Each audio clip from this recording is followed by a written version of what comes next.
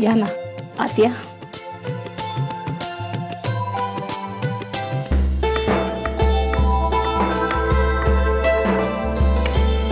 अरे मालकीणबाई बसा ना, अजून थोडा वेळ आहे.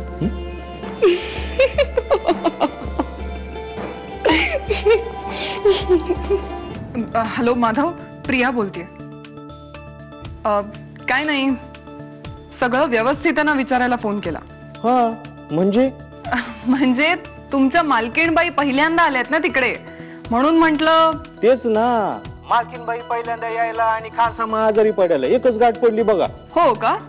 मग जेवणाचं काय? अहो कसलं काय बाईसाहेब, साहेब स्वतःच करतात सगळं जेवण. काय? सत्यजित स्वतः जेवण बनवतोय? पण मग दुसरी काही सोय नाही ना, साहेब म्हटले तेच सगळं करणार. मालकीनबाईसाठी स्वतःच्या हाताने करणार म्हणून.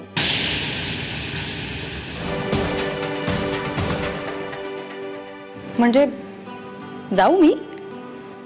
नाही, काही मदत हवी असेल तर मी तुम्हाला करते ना. म्हणजे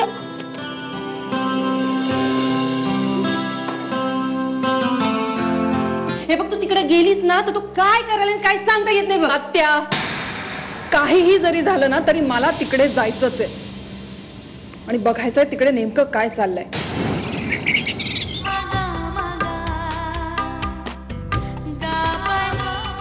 पास झालो का मी?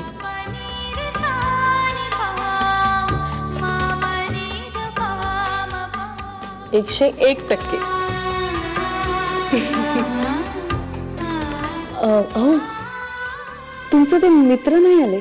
मित्र कोण? हा, ते राणा. नाही, ऍक्च्युली प्रॉब्लेम आहे. कसे मंजिरी,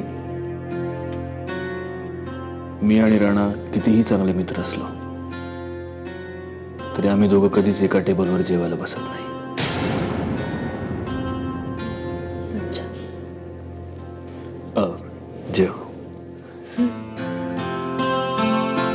काय गो, कुठे चालली आहेस? आणि हा डबा? मावशी, आपल्या फार्म हाऊस वरचा जो खानसामा आहे ना तो आजारी पडला. आणि बघ ना, नेमके सत्यजित आणि मंजिरी आजच तिकडे गेले. त्यांच्या जेवणाची एवढी गैरसोय होईल ना, जवळपास कुठलं हॉटेल पण नाहीये.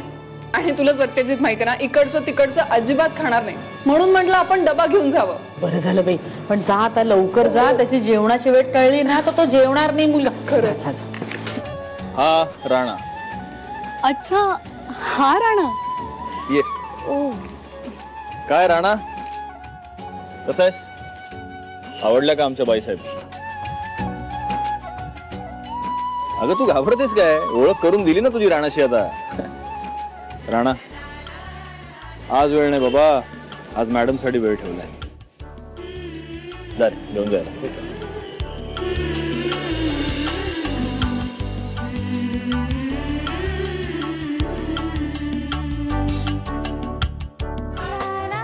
वेळ आलेली आहे. ते कोणीही नाही आहे. ते म्हणतात ना, मौका भी है, दस्तूर भी है.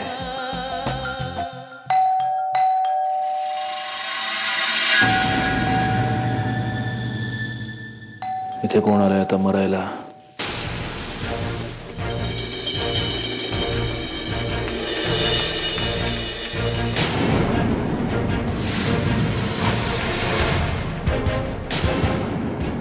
प्रिया, अगं तू कशी आलीस?